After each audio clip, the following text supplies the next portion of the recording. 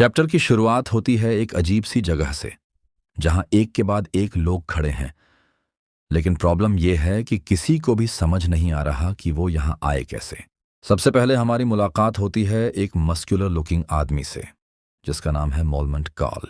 बंदा देखने में ऐसा लग रहा है जैसे गांव में किसी ने जिम खोल दिया हो और इसका मेंबरशिप लाइफ टाइम का हो। कार्ल बताता है कि वो एक मर्सनरी है, लेकिन अब वो भी कंफ्यूज्ड है कि भाई मुझे यहां किसने बुला लिया। उसके सामने एक और आदमी है, एक एल्डरली लुकिंग बंदा, जो बताता है कि वो इदोला में कारपेंटर की शॉप चलाता था। लेकिन यहां इंटरेस्टिंग बात यह है कि उसे भी कुछ याद नहीं।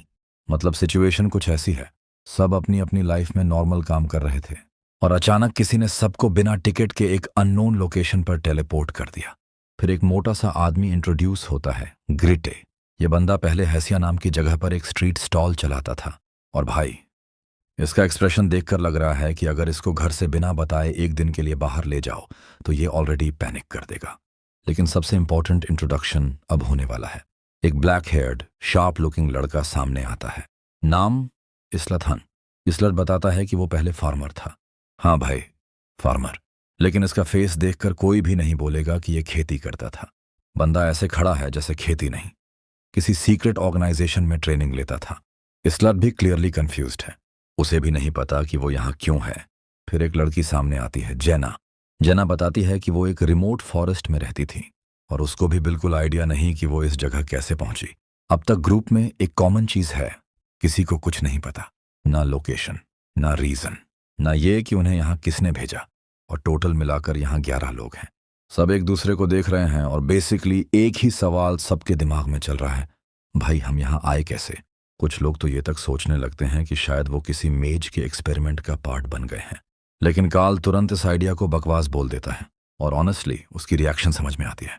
क्योंकि अगर कोई नॉर्मल इंसान आपको उठाकर किसी अननोन जगह पर डाल दे तो पहला थॉट भी यही आएगा, भाई ये कौन सा प्रैंक चल रहा है। लेकिन तभी सिचुएशन और मिस्टीरियस हो जाती है। सब नोटिस करते हैं कि यहाँ मौजूद लोग अलग अलग जगहों से आए हैं। कोई मर्सिनरी था, कोई कारपेंटर, कोई फार्मर, कोई फॉरेस्ट में रहता था। मतलब रैंडम लोगों का एक पूरा कॉम्बो पैक। और इसी बीच उनके आसपास का एनवायरनमेंट भी कुछ नॉर्मल नहीं लग रहा। जगह पुरानी और मिस्टीरियस है, एटमॉस्फेयर भी काफी डार्क है। ऐसा लग रहा है जैसे ये लोग किसी नॉर्मल टाउन में नहीं, बल्कि किसी बड़े गेम के अंदर फेंक दिए गए हों। फिर अचानक सबके सामने एक स्ट्रेंज प्रेजेंस अपीयर होती है, और यहीं से असली प्रॉब्लम स्टार्ट होती है। एक छोटी सी मिस्टीरियस गर्ल सामने आती है। उसका अपीयरेंस क्यूट जरूर है, लेकिन उसकी स्माइल देखकर एक चीज क्लियर हो जाती है, क्यूट का मतलब हार्मलेस बिल्कुल नहीं होता।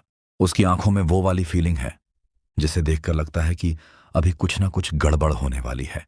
और फिर वो बताती है कि उनका मास्टर टाइम एंड स्पेस के बीच एक क्रैक क्रिएट कर चुका है। मतलब सिंपल लैंग्वेज में, इन लोगों को किसी नॉर्मल जगह टेलीपोर्ट नहीं किया गया। ये लोग एक कंप्लीटली डिफरेंट सिस्टम का पार्ट बन चुके हैं और अब उन्हें फाइट के लिए रेडी रहना पड़ेगा। ग्रुप के लोग ऑब्वियसली शॉक में हैं। अभी कुछ देर पहले तक इनमें से कोई फार्मर था, कोई शॉपकीपर, कोई मर्सनरी, और अब सबको फाइट करने के लिए बोला जा रहा है। यह सिचुएशन लिटरली ऐसी है जैसे मंडे मॉर्निंग को ऑफिस जाओ और बॉस बोले, कंग्रेचुलेशंस, आज से तुम कमांडो हो। किसी के पास प्रिपरेशन नहीं, किसी को रूल्स नहीं पता, और सबसे बड़ी बात, किसी को यह भी नहीं पता कि एनिमी कौन है। लेकिन मिस्टीरियस गर्ल के वर्ड से एक चीज क्लियर हो जाती है, यह सिर्फ रैंडम टेलीपोर्टेशन नहीं है, किसी ने इन सबको इंटेंशनली चूज किया है। और अब इन 11 लोगों को एक ऐसे वर्ल्ड में सरवाइव करना होगा जहां उनकी पुरानी लाइफ का कोई मतलब नहीं रह गया। लेकिन यहां एक और इंटरेस्टिंग चीज है, इन 11 लोगों में से एक बंदा बाकी सबसे कंप्लीटली अलग है। उसका नाम है इसलत खान। अभी तक वो बस एक नॉर्मल फार्मर है, ना कोई लेजेंडरी वेपन, ना कोई ओवरपावर्ड मैजिक, ना कोई स्पेशल इंट्रोडक्शन, सिर्फ एक नॉर्मल लुकिंग लड़का जो अब एक अननोन वर्ल्ड में फंस चुका है। और अगर ये दुनिया वैसे ही डेंजरस है जैसी अभी दिख रही है, तो एक सिंपल फार्मर के लिए सरवाइव करना ऑलमोस्ट इम्पॉसिबल होना चाहिए। लेकिन कहानी का असली ट्विस्ट यही है, क्या इसलट वाकई में सिर्फ एक नॉर्मल फार्मर है, या फिर इस पूरी सिचुएशन के पीछे उसके लिए कुछ और ही लिखा हुआ है।